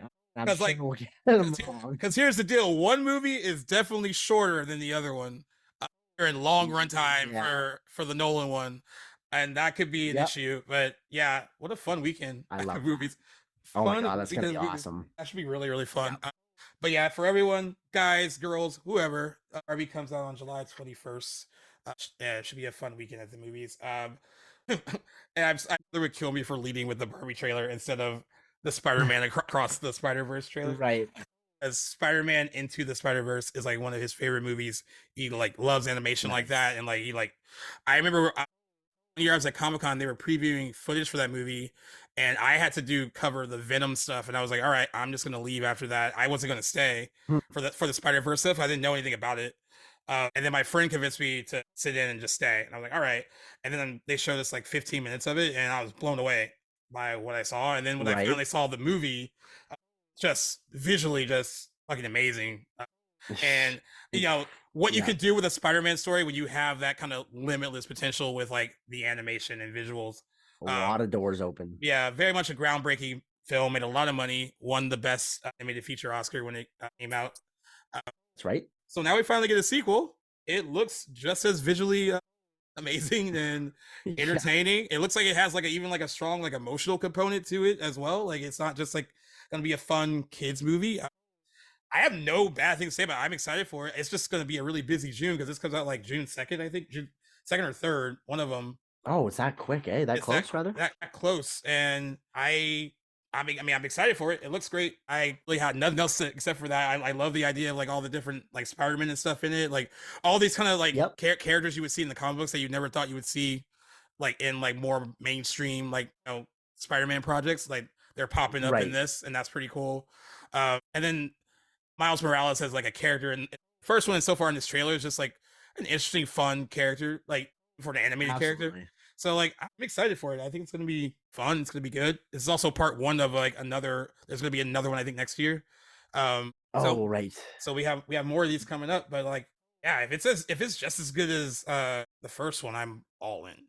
Yeah, and I think it's poised to be just as good, if not better. It has that Oscar behind it. It has all that critical reception from the first one into it. So that creative team is working very hard. It's been 5 years since the first one, so yeah, holy shit. Thinking about that's crazy. I have nothing even to add. Like I agree, like it looks awesome. I'm excited for it. I have nothing but good expectations for this movie. I'm really hoping it does well, that people go out to see it. So yeah, I'm really excited. That trailer looks awesome. Looks impressive as hell. Like definitely one of the more impressive cinematic feats of this time, even as far back as I can remember. Like, man, people don't feel like the mainstream doesn't understand like what kind of work goes into that style of animation, how intense and insane it is. It's as much as impressive as it is more so than you even realize. Yep. So yeah, just in case people don't know what this one, June 2nd, and in case people don't know what this one's going to be about, it says Miles Morales, voiced by Shamik Moore, and Gwen Stacy, voiced by Hailey Steinfeld, work to save every Spider-Man, Spider-Woman, and Spider-Person in the multiverse. Together with a new crew, Miles must stop a mysterious new villain who happens to be planning a disaster that could disrupt each universe. So it sounds fun, sounds interesting. In addition to that voice cast, we also have Oscar Isaac, Jake Johnson, Issa Rae, also in Barbie, by the way, Daniel Kaluuya, Jason Schwartzman, Brian Tyree Henry, Luna Lauren Les, Greta Lee, Rachel Dratz, and Theo Wiggum. Yeah, so there's a lot of people in it. A lot of cool people. Sounds interesting. It's Yeah, fun. 100%. I'm down for it. June 2nd, go see it. Probably gonna see it with my brother. I'm sure he's gonna drag me to go see it. I don't get an early screening. I'll get an early screening for it, and if I do get one, he's just gonna be like, "I'm going." Let's do it. So yeah, totally. Yeah, no, that's another one to look out for. Man, it's gonna be a busy summer month. Very busy summer month. Season rather. But yeah, next up, Dial of Destiny. Been interesting. I wanted your thoughts first on this trailer, the second Dial of Destiny trailer. So I liked the first trailer we got more. I mean, I know it didn't really show a lot. I liked the whole like, and yeah, we did get the signature like music towards the end of this new trailer. There was something about the new trailer that didn't feel quite Indiana Jones-ish in the beginning compared to like the first trailer. Agreed. And not that I think it looks bad, I just wasn't. It didn't hype me up the way the first trailer did. But I still all in on it. I think I'm still trying to support James Mangold, and I love the first three movies. That Kingdom of the Crystal Skull. Trash.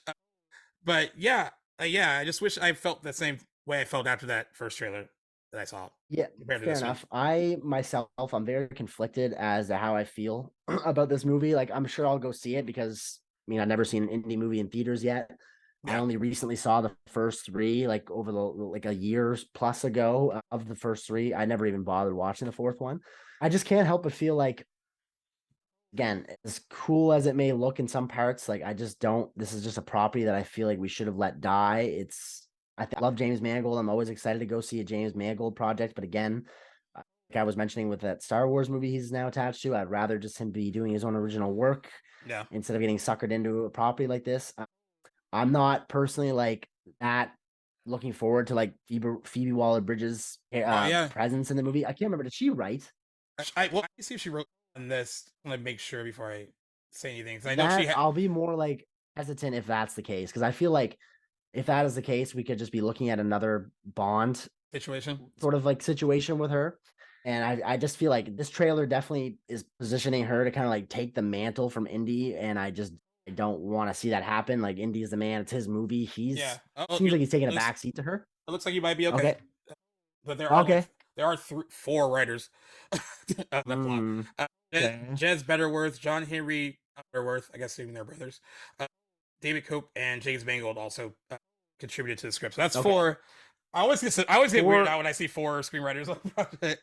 That's a lot of cooks in the kitchen. I don't love that. I mean, I'm glad she's not a writer. I don't want to feel like guilty for saying that. It's fine not to like someone's work in that regard. But anyway, interested to see where all that goes. I gotta say though, I smiling with the song choice in that trailer. I'm a huge Rolling Stones fan, so they led off with "Sympathy for the Devil." That's a great song and very evocative of the time that this movie is going to be taking place in, like during the 60s. So that was a great choice. Love that. And then it devolves into the classic indie theme, which was awesome. So there's things about the trailer I liked.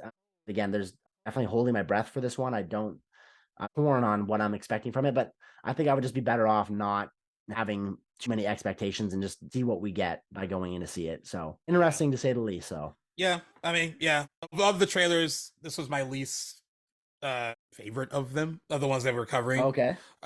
Still looks like it can be fun, but I just like, I think that first trailer sold it more, even though it showed less, but like it's still I got more excited for it after that first trailer.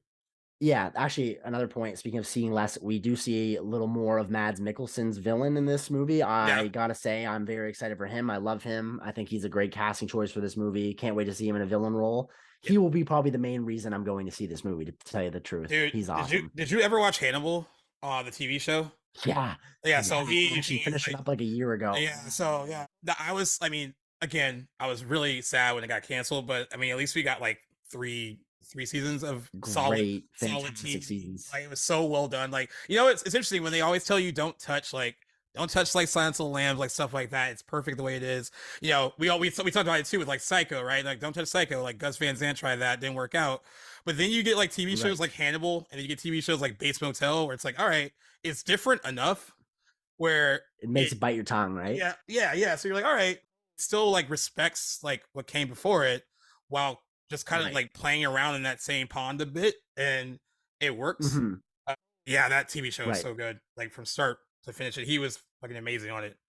So good. One of my favorite A roles of his or anybody like it's hard to like count out Anthony Hopkins as the definitive Hannibal Hannibal Lecter, Lecter, but okay. I'd say Mads Mikkelsen does a damn good job. Fills those shoes as good as anybody could have done, I think. And that movie or sorry show probably has one of, if not my favorite production designs of any show that I've ever seen. Probably up there with Game of Thrones.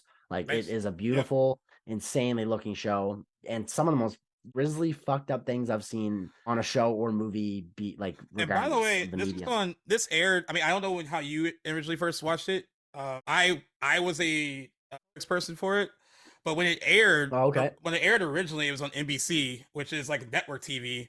And I was, but it Oh aired, wow. but they aired on like Saturday when nobody was watching it. So I guess like it made sense that they could do a lot more with Right. that, because I was like, they were doing this on network TV because some of it goes pretty far, a bit. Yeah. Some disturbing fucking stuff in that Yeah, show. I agree. It's shot so well. It's like it looks like a movie every episode. Yeah. It's like so. Yep. Yeah, yeah. I still. I Yeah. mean, Definitely a hidden gem. there are people out there that still like more season. They're like, come on, give us one more season. Like, figure it out because it was. I'm happy with how it ended. I am too. Yeah, it was fine. It in the way it probably should have, and you don't really need any more of it. But it's still a fun show. I miss it. It was really good. Definitely. Yeah. To answer your question, yeah, my buddy Cam, we watched that together and he had the seasons on DVD. So we just watched it that way. Nice. It's going to be one. I can't wait to pop those whenever I am walking by and seeing those. I will definitely pick up that 3 series pack as soon as I see it because that show was fantastic and an easy watch. Yeah. It would definitely be a physical media one. I should actually throw that on my list of like, yeah, big just in case it like disappears from anything and I can't like watch it again. Exactly. Yeah, right. That's one to get for sure. Big time. Yeah, I was actually trying to find. Went out today specifically for the purpose of finding Better Call Saul season 2 on Blu-ray. Couldn't find it. It wasn't at my local Walmart. It wasn't at my local movie store, and it wasn't at. There's this great pawn shop that we have in Fredericton here that has a bunch of great DVD and Blu-rays and shows and stuff, and wasn't there either. So, and it's been out of stock on Amazon as well. So I was about to say, is it on Amazon? Yeah, no. Yeah, so I ended up, luckily, and I hope no one at Netflix is listening, but remember how I told you that the location thing had kicked in on my Netflix account? I didn't have it anymore. That was the case on my TV in my room where I tried to watch it, but I tried my Netflix on my living room TV and it let me sign into my parents today. So I was able to watch the first episode of season 2 for that. So I'm going to ride that out as long as I can until I can find season 2. Back on the free Netflix train. Can't wait to build. Good for you. Good for you. for probably not for much longer, but I'm going to ride it out as long as I get. Yeah. But final trailer was Ashoka, which I don't know how much. I don't really know much about that show. This is the first that I had a look at it, but wanted to hear what you thought about that trailer. I like the trailer a lot. And what's interesting because I know this character was like a big part of like animated, I think, series a while back, and like very popular character. Clone Wars? Yeah, I believe so. And like very popular character. Forgot the girl's name that does her voice. That a lot of people really did want her to play the live action version of her, but a lot of other people were making all these like kind of artist renderings of Rosario Dawson as his character because they were like, I think that she looks the part, and you know she has thanked the fans for putting that energy out there. You know, like maybe that is they saw that and they're like, all right, yeah, you might be right. Right. I love Rosario Dawson. I think she's a great actress. Like she's one of those people that like when she pops up in something is like a reliable presence. Like you just know, like, all right, this might be pretty good. Visually, I think it looks great. Yeah. And like I said, when we were talking about Star Wars earlier, the TV stuff has me just more intrigued than anything that they would offer with the movie right now. And Definitely. I mean, it wasn't, thankfully, it wasn't like a long trailer. I mean, and we don't have like a premiere date. It just says August. No exact like date in August yet where it comes out. But I'm glad it wasn't like too long. It was just enough to kind of intrigue. Like I said, visually it looks awesome. It looks like there's gonna be some cool, fun set pieces. She looks great as a character. Yeah. I have to say, she does look great as a character. I have to say the key art that they released for the show as well, the poster, is just like an image of her face, is probably one of the best looking posters I've seen in like a long time. It's like really, really nice piece of key art. You can tell like, you know, they're going all out for it. I mean, like I said, I'm excited for TV stuff more than the movie stuff, and I Big actually time. enjoyed what I saw pretty much. What Yeah. about you? So I've not been like that immersed in like Star Wars stuff in a long time. I actually never was. Like I watched the original trilogy until like probably my late teens. Didn't grow up as a Star Wars fan, but like was familiar enough with the property. I knew everybody and I'd seen the prequel series when I was young, probably.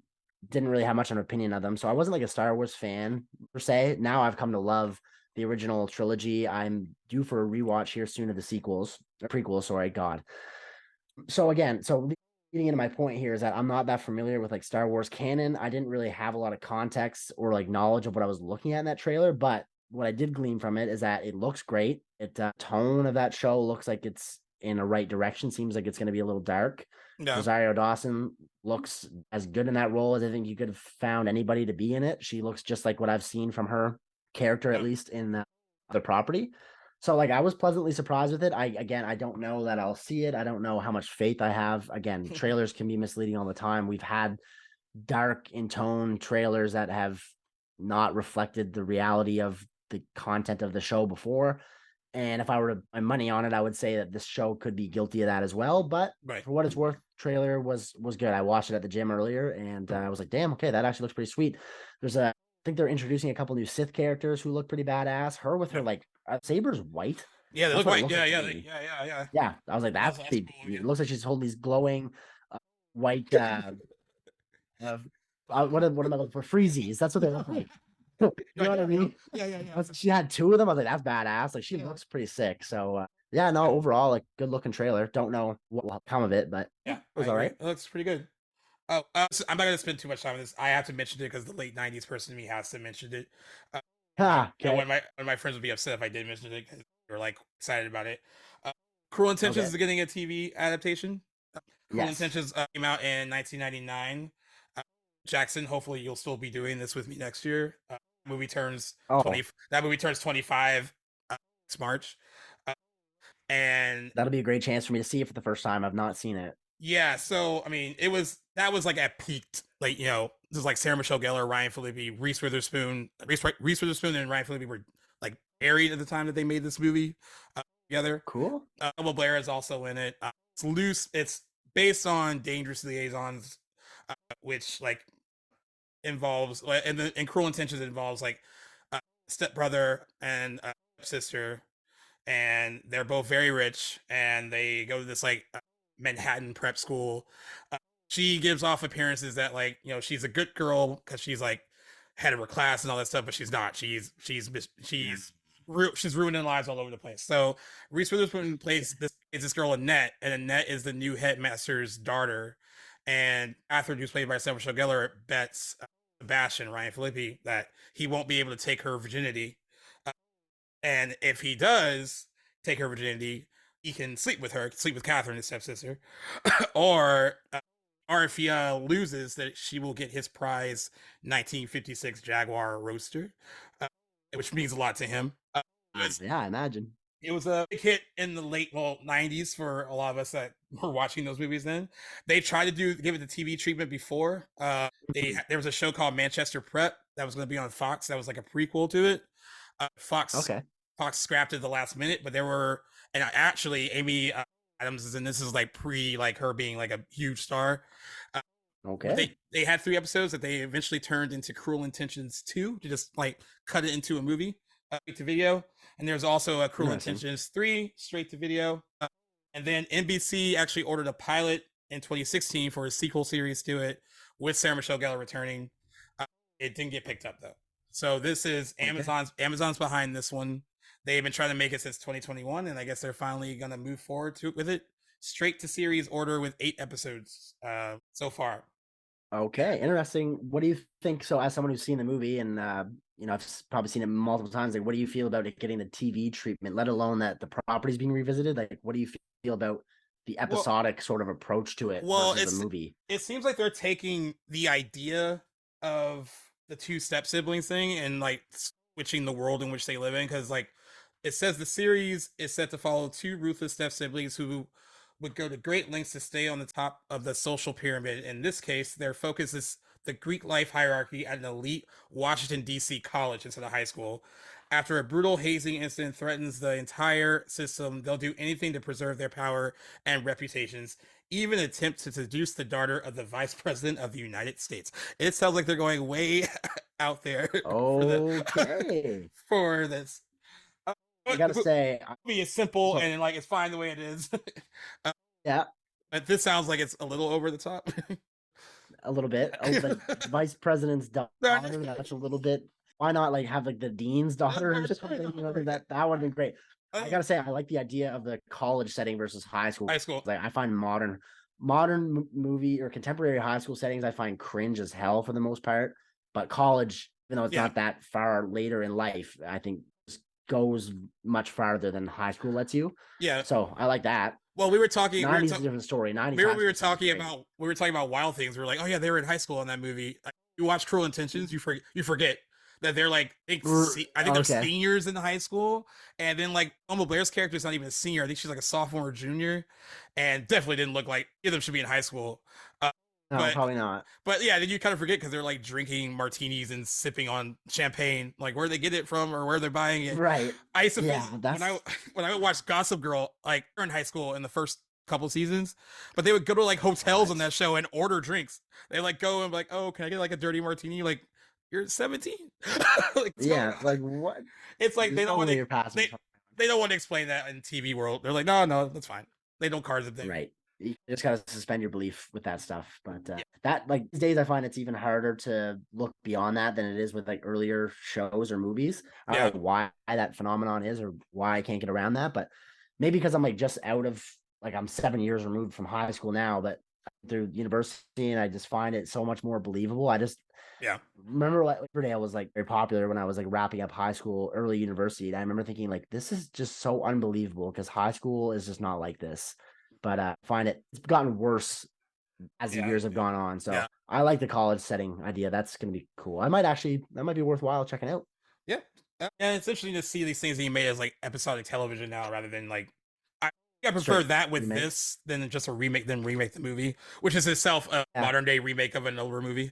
So, I mean, it's, yeah. So, okay. I'll save that one to watch for that anniversary next year though, because definitely interested in that one. I don't know how I haven't come around to seeing it yet, but I think it'd be one of the ones you would find fun in the same way that Wild Things is fun. Like it's just was it ever? Yeah, there you go too.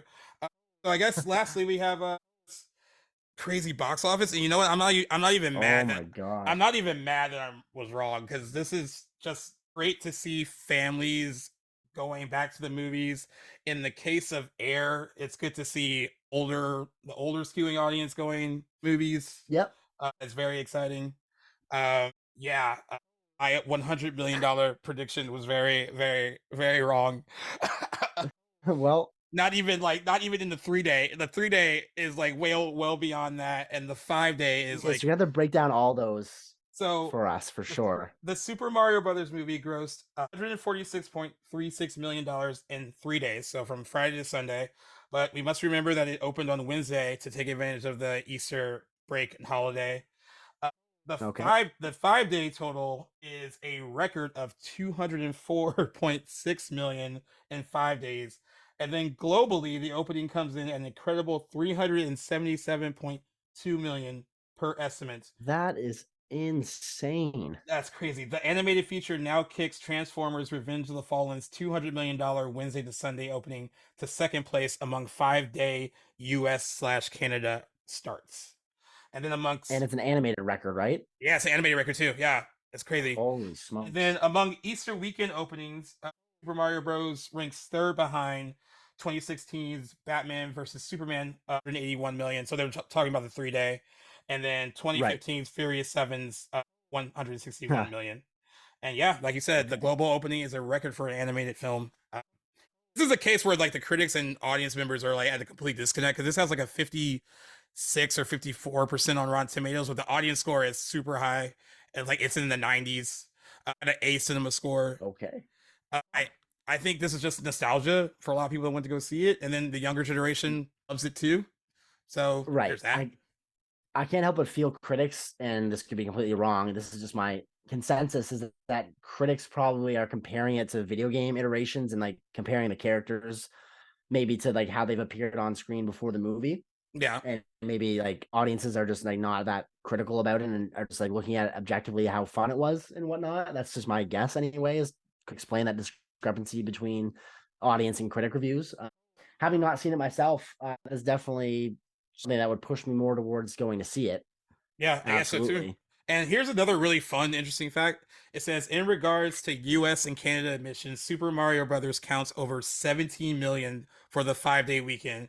That means that it repped over 74% of the nation's overall movie-going foot traffic. That is that is nuts. That is insane. Good for everyone involved in that, because like when this got announced, it got so many people were like, "Oh, Chris Pratt's voicing Mario. I'm gonna go see it." He's not Italian. Well, no, I guess when it comes down to it, no one really cares, and it did incredibly well. So good for them. And it's a Universal movie, right? Yeah, Universal. Another win for Universal. Big one for them. Also, I call this a win for Amazon.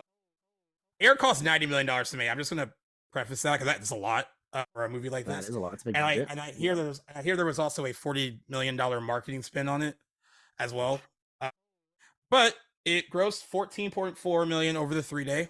I was so close with my 15 if we're talking 3-day. I was a little generous with 24, so I'm glad to see though that it's money. Yeah, but the 5-day was 20.2 million. I have to call that a win for a movie like this, because it could have easily just gone. Amazon could have just easily taken it to Prime Video and not release it theatrically.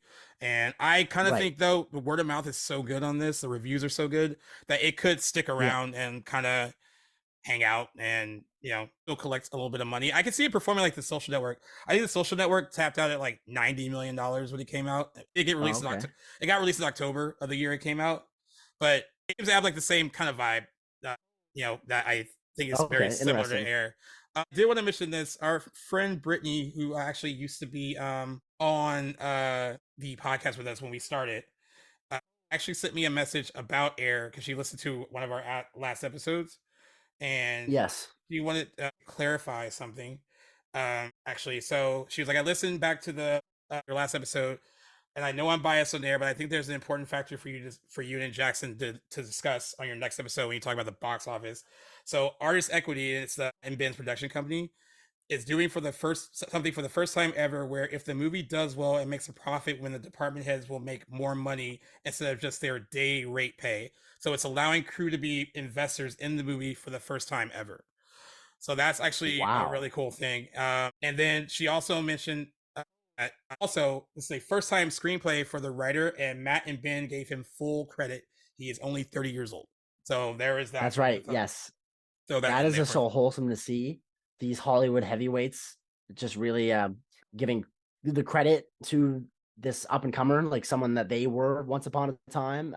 It's very wholesome to see that they had done that. I'm not surprised. Yeah. But really groundbreaking sort of approach. I've never heard of, obviously, because it's the first time it's been done, but hadn't even ever considered like letting crew be investors in the movie. That is like really, really cool.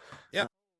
Waiting for you to bring up me again. I just want to give her a shout out because she had followed me, and actually like very soon after I had joined the podcast in a permanent position, had reached out to me and welcomed me aboard, and sent me some well wishes, and that a long way. I was appreciative of that. So thank you, Brittany, if you're listening, for having reached out. Nice. A good friend of the podcast. Yeah, that's really cool. Yeah, I never got a chance to bring it up earlier, but yeah, I know she wanted to be on tonight, and I would have been cool for her to talk about this, and I'll explain more to her later. I already knew that we had like a packed show, and I knew it would be packed with 3 people talking about everything, but I would love to have her on to talk about some more stuff with you, because that'd be really fun, because she has like a lot of good insight that even I don't have, and like you don't have. So it's like really cool to listen to her break down some of this stuff, because I didn't even know that about the situation with Air. So I thought that was interesting that she gave us that, and thank you for the cool little tip. That's box office thing I wanted to mention really quick, just because we are horror movie fans here. Scream 6, like we said, I mentioned that Scream 6 was going to become the first Scream since 1997 Scream 2 to cross $100 million domestically. That happened on Thursday, but then over the weekend, it's now the highest grossing Scream film ever domestically. Okay. With 103.8 million so far, topping the 103 million domestic take of Scream. Now, if you adjust for inflation, Scream 1996 is still king. But like, you know, in terms of like hard numbers like this, Scream 6 is the highest grossing film of the franchise domestically. Well, and congratulations to that team. Yeah, likely to tap out at like maybe 110, 115 if it's lucky. So that's pretty good. Crazy That's how awesome. you can revive a franchise like that and have its sixth film do that. Like, that's a great point. And have we still not had a greenlit Scream 7 yet? Nope, not yet. I imagine trying to get the creatives in place. I know those directors are getting kind of busy, and I think you want to keep the radio silence guys. I think you want to keep the same writers. Yeah, you gotta make sure Jenna Ortega's not busy. That's a great point too. There's a lot of factors, I think, but I'm pretty sure we'll hear about it very, very soon. Yeah, I'm sure it's just a matter of time. All right. So last thing I guess is Renfield is premiering this weekend, right? So we want to predict box office for that. And I really don't. How do you? What do we compare to? Right? It's a horror comedy. But Nick Cage flick too. Nicolas Cage is, it's gotten good reviews so far. Reviews are pretty solid. I don't know if it appeals to everyone. Is my one caveat here. I was wondering too who the target audience for this movie is. I guess us. Yeah, I guess. Yeah, movie lovers, like Nick Cage fans, horror comedy fans, but it just seems so weird and different and wacky, which I love. But I don't know who will be going to see it. I hope lots of people, though. I want it to do well. I know this is one that I'm definitely going to go out of my way to see for sure. So you can count me in that box office numbers. Yeah, my brother wants to see what are you thinking? You know what? Okay, yeah. I still feel like it's still kind of like a niche kind of audience thing, and horror comedies are hard to do. It seems really low, but I'm gonna say 14 million. I was gonna say 13. I'm gonna make it 14. Okay. Damn. So that's lower than I was thinking, but again, I have no idea. I don't have any sort of like educated. Yeah, I was trying to think of what to compare it to, and I can't think of. I don't know what. Nothing other substantial release that it's going to be competing with. I mean, it'll still be competing with Super Mario Bros. No doubt. Yeah, that's definitely going to still be number one. So that's opening. I want to go a little higher. Like, I'm going to go with like 21. Might be a little might be aiming high. And the Pope's Exorcist is coming out, another horror film with Russell Crowe. Yeah, two weird times. And then the year, next week we have Evil Dead Rise right after the following week. I guess like that makes sense because it came out like the original, like they're probably sticking to that original movie's release schedule. But again, weird that the original Evil Dead came out in April as well. That movie would definitely benefit from coming out in like September, October time. Yeah. But I'm going to go with 21 for Renfield. I'm hoping it does even more than that. I know I can't wait to go see it. So we will be chatting about that next week. For sure. See how it does. I'm sure Super Mario Bros. Will probably have a second strong weekend as well. But yeah, I think so too. I feel bad going low, but I'll be happy if you're right. Yeah, exactly. Holy shit, man, we made it through. That was a busy news week. Yes, but we got it. We did it. No time for anything else. It was straight news the whole time. 2 hours. That's great. No time for fun. I love when Hollywood gives us stuff to talk about. Yeah. Kind of made up for a lackluster week prior. So yeah, agreed. That's good. All right, send us on out. If we got everything out of the way, then guys, if you're still listening, thank you so much for joining us in another weekly episode of Back to the Blockbuster. You guys can now consider yourselves up to date with all the news from Hollywood for the last week. If you guys are listening, stay tuned for next week for our box office news and for all the news that we will cover. We also have an Evil Dead anniversary episode coming at you here soon, so pay attention for that drop. As always, thank you very much for listening. You guys know where to find us, but for those that are just joining, you guys can find us anywhere you guys get your podcasts, on Good Pods, on Apple, on Spotify, Google playlists as well. Thank you very much, guys, for listening. Gaius, as always, a pleasure talking movies with you, and I will see you shortly where we discuss the Evil Dead. All right. See you soon.